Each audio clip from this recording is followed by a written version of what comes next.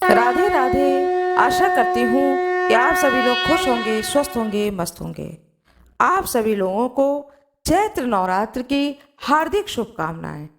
आज मैं आप लोगों को बताने जा रही हूँ कि चैत्र नवरात्र में जो कोई भी चैत्र नवरात्र में पूरे 9 दिन का माता रानी का जो व्रत किया जाता है, इस व्रत में उपवास में क्या खाना चाहिए और क्या नहीं खाना चाहिए, इस व्रत को करते समय किन किन चीज़ों का ध्यान रखना चाहिए, किन किन नियमों का ध्यान रखना चाहिए, इसके बारे में बताने जा रही हूँ।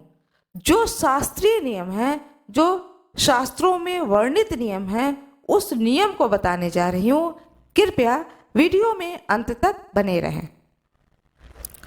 जैसा कि हम सभी लोग जानते हैं कि चैत्र नवरात्र जो कि आने वाला है 9 अप्रैल 2024 से, यह नवरात्र व्रत माँ की शक्ति के रूप में उपासना की जाती है और माँ के सारी शक्तियों के उपासना स्वरूप माँ को प्रसन्न करके भक्त लोग अपनी भक्ति से, जब माँ प्रसन्न हो जाती हैं, अपने भक्तों की भक्ति से प्रसन्न हो जाती हैं, तो उनके उस भक्ति के फल स्वरूप उनकी सारी इच्छाओं की पूर्ति माँ करती हैं। नवरात्र में जब माँ के 9 स्वरूपों का पूजन किया जाता है, तो बहुत लोग ऐसे हैं जिन्हें नहीं मालूम होगा कि उनकी कुल देवी कौन है। लेकिन वो यदि इस नवरात्र व्रत को कर रहे होंगे, चाहे चैत्र नवरात्र का व्रत हो, चाहे वह शारदीय नवरात्र का व्रत हो, कोई भी व्रत हो, माँ के सारे स्वरूपों का जब वो आराधना करते हैं, पूजा पाठ करते हैं, तो इससे उनके इनमें से 9 स्वरूपों में से कोई भी जो कुल देवी होती हैं, उनकी भी आराधना हो जाती है। यदि जो नहीं जानते हैं कि उनकी कुल देवी कौन है, तो जब वह इन 9 दिनों में माता रानी के 9 स्वरूपों की आराधना करते हैं, शक्ति की आराधना करते हैं, इससे उनके कुल देवी की भी आराधना हो जाती है।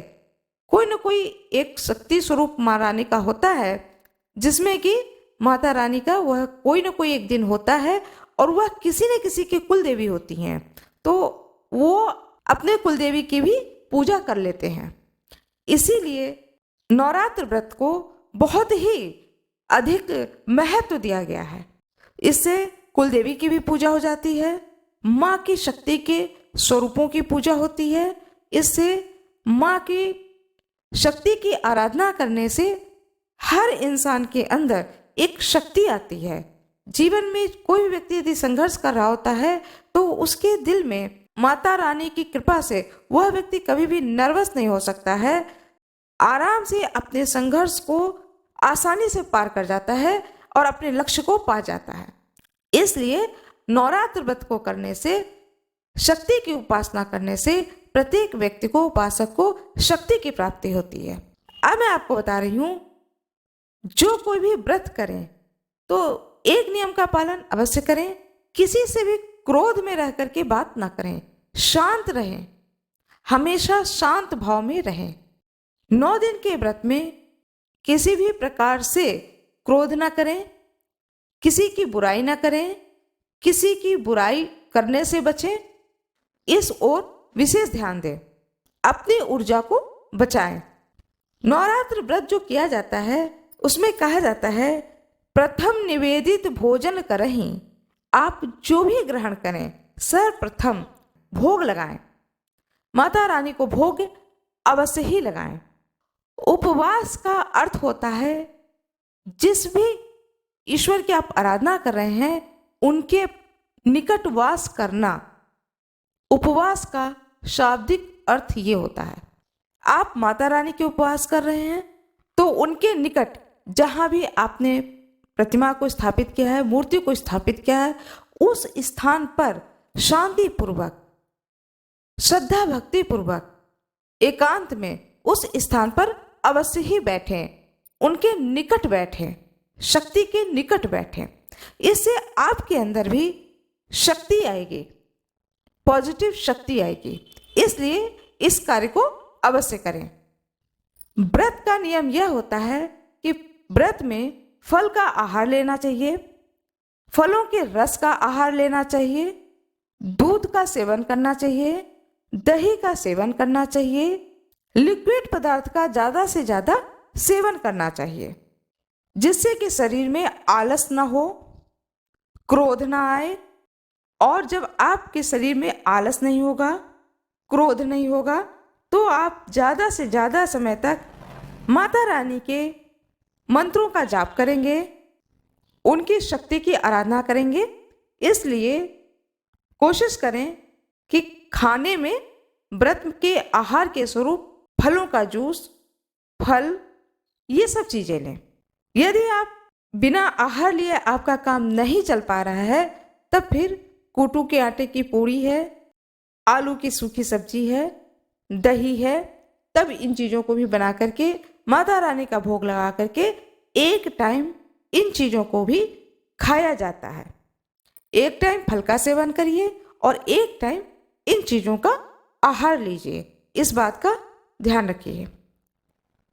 कुछ लोग निराहार रह करके केवल पानी पी करके व्रत को करते हैं, लेकिन ऐसी शक्ति हर एक मनुष्य के अंदर नहीं होती है। इसलिए अपने शरीर की क्षमता के अनुसार आहार लें। अब मैं आप लोगों को बताने जा रही हूँ कि क्या न लें। नवरात्र के इन 9 दिनों में तामसिक भोजन का त्याग कर दें, जैसे कि मीट वगैरह ना खाएं, लहसुन प्याज का सेवन न करें, सादा भोजन बनाएं। यदि आप व्रत नहीं कर पा रहे हैं, किसी भी कारण से 9 दिन का व्रत नहीं कर पा रहे हैं, तो 2 दिन का भी व्रत किया जाता है। परेवा प्रतिपदा तिथि पर और अष्टमी तिथि पर, नौमी तिथि पर पारण कर दिया जाता है। बहुत लोग अपने घर के अनुसार सप्तमी तिथि का केवल सप्तमी तिथि का व्रत रखते हैं, अष्टमी तिथि पर पारण कर लेते हैं। बहुत लोग केवल अष्टमी तिथि पर व्रत करते हैं, नौमी तिथि पर पारण कर लेते हैं। बहुत लोग पूरे 9 दिन का व्रत करते हैं। यह अपनी अपनी श्रद्धा और भक्ति और समय के अनुसार होता है। इस प्रकार से माता रानी का पूरे 9 दिन का व्रत करने के बाद में जो नौमी तिथि होती है, उस दिन व्रत का पारणा किया जाता है। मैंने अपने इस वीडियो में आपको बताया कि यदि आप व्रत ना कर पाए तो कोई बात नहीं है, तामसिक भोजन का प्रयोग ना करें। 9 दिन माता रानी का सुबह अपना पूजा करें, पाठ करें, दुर्गा सप्तशती का पाठ करें और पाठ करने के बाद में आप भोजन ले सकते हैं, अन्न ले सकते हैं। पूजा नित्य करें माता रानी का, सुबह शाम की आरती करें, पूरी पूजा करें, अन्न ग्रहण करें। यदि आप व्रत 9 दिन का करने में सक्षम नहीं है तो इस प्रकार से भी 9 दिन में माता रानी की आराधना अवश्य ही करें।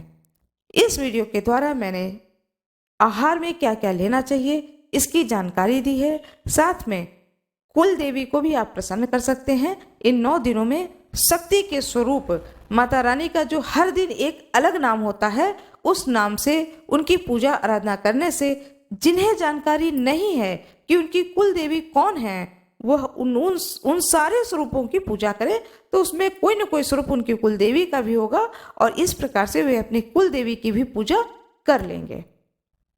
आप नहीं जानते हैं लेकिन कुल देवी आपको अवश्य ही जानती हैं।